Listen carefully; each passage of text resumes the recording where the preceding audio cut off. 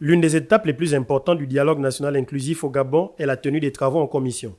Cette phase opérationnelle du dialogue national inclusif qui devrait consister entre autres à l'analyse des contributions, au débat et à la proposition des solutions obéit à un protocole bien défini. L'exposé de ce matin fait partie du programme arrêté par le Bureau du dialogue national qui concerne la formation, la mise à niveau, le renforcement des capacités des différents acteurs du dialogue national.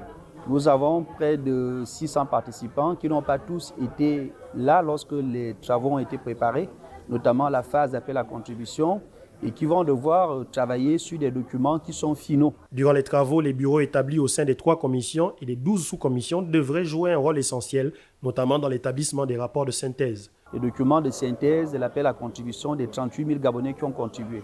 Donc à partir de ce moment-là, le bureau a jugé nécessaire de sensibiliser, d'informer les participants au dialogue, notamment les présidents et les rapporteurs des commissions et des sous-commissions, à la méthodologie de collecte, de traitement et de synthèse des contributions dans un premier temps et de donner les outils méthodologiques sur le déroulé des travaux en commission et en sous-commission pour les semaines à venir du dialogue national.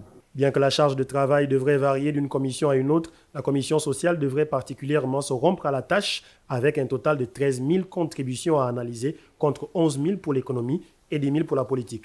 Rappelons que les travaux en commission sont prévus se tenir du 8 au 18 avril prochain.